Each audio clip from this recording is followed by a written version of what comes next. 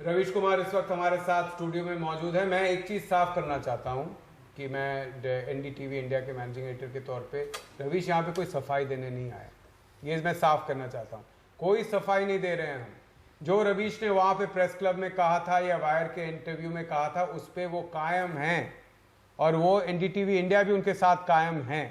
लेकिन रवीश ने आज फेसबुक पर एक पोस्ट लगाया। ये सब जो चालाकी चल रही है यहाँ पे, जो यहाँ पे चाल चलाए जा रहे हैं और जो धमकियां दिए जा रहे हैं रवीश कुमार को, मैं चाहता हूं कि रवीश वो पूरी फेसबुक का पूरा पोस्ट पढ़ के सुनाए आप लोगों को, क्योंकि हम सफाई देने यहाँ पर नहीं आए हैं। रवीश, ये मैं पहले कहना चाहता हूं लोगों को। बोलिए। शुक्रिया अनिंदो, निधि, मनोरंजन। ये एक और पोस्ट में दिखाता हूँ, मेरे नाम से आई सपोर्ट नमो है।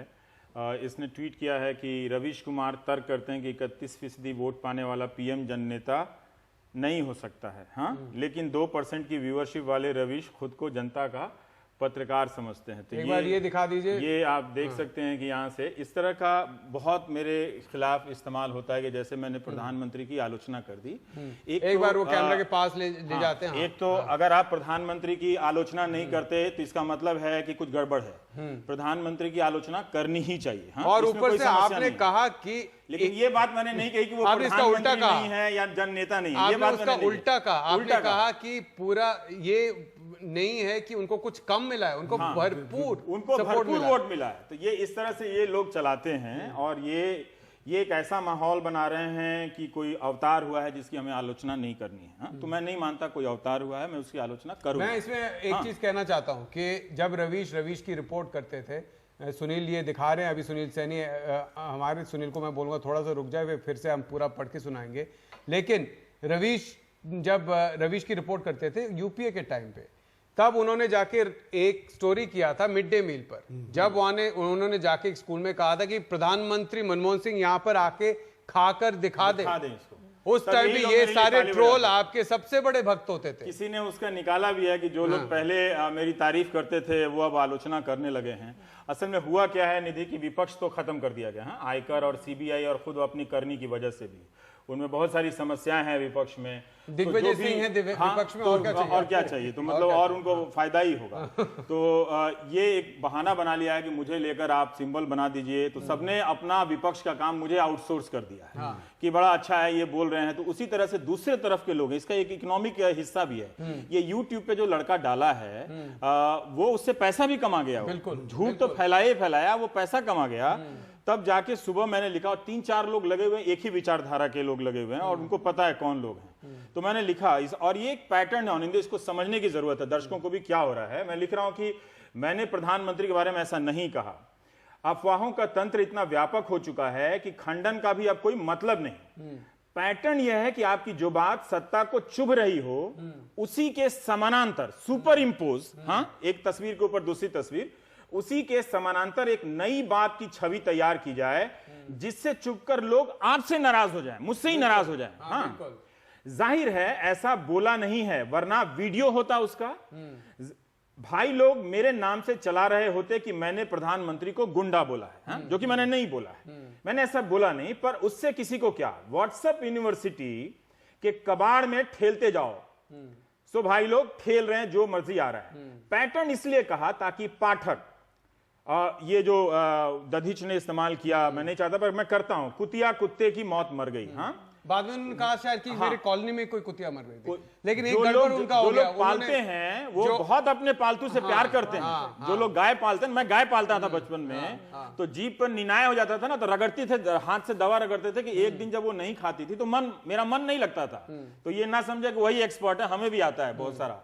नहीं, लेकिन उनका एक कमेंट रह गया था बेचारे का, नीचे जो ऑल्ट न्यूज ने निकाल के दिखा दिया, पिला रहे हैं। नहीं, बाद में उन्होंने वहां पे गौरी लंकेश का भी नाम रखा था, ऑल्ट न्यूज ने दिखा दिया। ये लिखा कि पैटर्न इसलिए है ताकि पाठक कुतिया कुत्ते की मौत मर गई वाक्य और उसे कहने वाले समाज पर, जिसकी निंदा रविशंकर प्रसाद ने की है, अपनी जायज प्रतिक्रिया भूलकर मुझे लेकर बिजी हो जाए। ठीक है कि अब ये इसने ऐसा क्यों बोला मेरे प्रधानमंत्री को। याद है एक बार प्रधानमंत्री ने कहा था कि मीडिया हेडलाइन बनाता है कि BMW कार ने दलित को कुचला, ठीक, यही काम यहां इस बार हुआ है जो पीएम ने कहा है। ये पैटर्न में बता रहा हूं। आप BMW एक्सीडेंट की सारी खबरें सर्च कीजिए, कहीं आपको नहीं मिलेगा कि BMW कार ने दलित को कुचला। लेकिन वो तो कहेंगे मेरा मतलब ये नहीं था, मीडिया गलत हेडलाइन बनाता है। मगर अगर किसी दलित को मैंने लिखा है कि कार को क्या पता ये करें, लोगों को पता लगा कि सही बात है, मगर ये इमेज की मिक्सिंग थी, सुपर इंपोजिंग थी।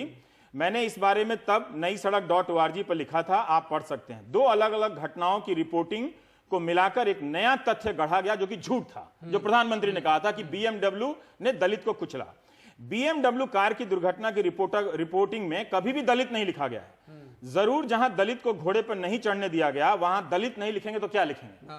बिल्कुल। क्या राजू को घोड़े पर नहीं चढ़ा दिया गया, चढ़ने दिया गया, इसका कोई मतलब है? इसका कोई मतलब नहीं। तो दलित ही लिखेंगे, क्योंकि आप जातिगत कारण से एक जाति के समूह ने उसको घोड़े पर नहीं चढ़ने पहले होता था ना, member of one community fought another community. मैं आगे लिखता हूं कि इसलिए ऐसे बयान दिए जाते हैं ताकि यह कहने की गुंजाइश बची रहे कि आप बात को समझे नहीं, मगर मेरा मतलब वो नहीं था कि आड़ में इमेज के सहारे तर्क गढ़ने की कोशिश की गई।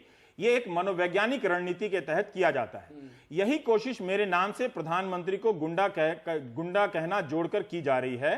पहले किसी ने YouTube पर मेरे ही भाषण का कैप्शन लगाया, अब WhatsApp पर इसे चलाया जा रहा है। मैंने ऑनलाइन जगत के एक हिस्से को गुंडा और हत्यारा जरूर कहा है, प्रधानमंत्री के लिए कभी ऐसे शब्द का इस्तेमाल नहीं किया।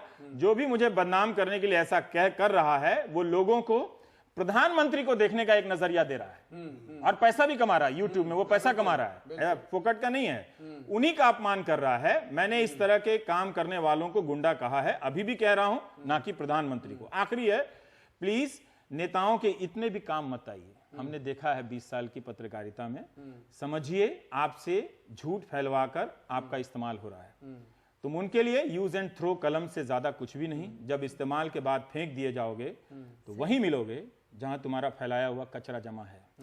लगता है IT सेल ने तुम्हें यह हमला करने की जिम्मेदारी दी है। और मैंने 2-3 लोग, जो ये लाल रंग का चल रहा है कि ये PM वाला जो है, ये आप देख सकते हैं अलग अलग फॉर्मेट में।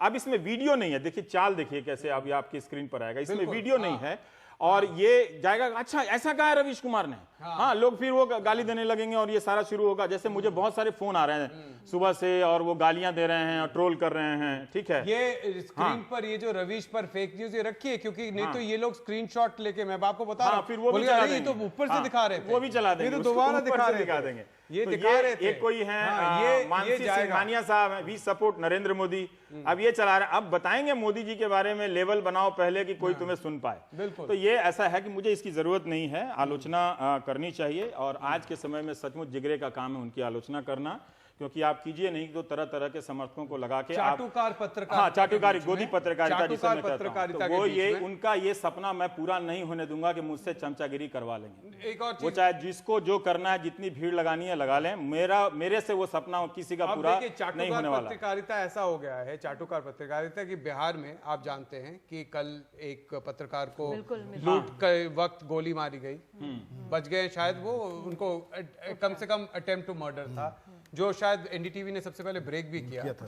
उसके बाद मैंने देखा कि बहुत सारे चाटुकार पत्रकार बोल रहे हैं कि ये सिलेक्टिव आउटरीच है। वहां पे पत्रकार को गोली मार के गौरी लंकेश में आप लोग क्यों नहीं कैंडल लाइट विजिल कर रहे हैं? तो लूट में गोली चलाई गई और एक औरत जो लड़ती थी, आप उनके साथ हो ना हो वो अलग बात है। नहीं, वेद प्रताप वैदिक ने बड़ा अच्छा लिखा है कि मान लेते हैं कि वो नक्सलियों की समर्थक थी, मान लेते हैं कि वो ऐसा कर रहे हैं, क्या लिखने की सजा किसी की हत्या हो सकती है क्या? बिल्कुल। वेद प्रताप वैदिक वो पत्रकार हैं जो उन्होंने उनको सपोर्ट किया था कि हाँ इनको प्रधानमंत्री बनना चाहिए, लेकिन वो कभी आलोचना से तो नहीं डरते। देखिए, ये ताकि हम आलोचना करते रह सके इसलिए हमें ब्रेक लेना पड़ेगा, ताकि हमारे पास भी ये आलोचना करने के लिए हमको चुप ना कराया जाए, इसलिए ब्रेक लेना पड़ेगा। ब्रेक ले लें।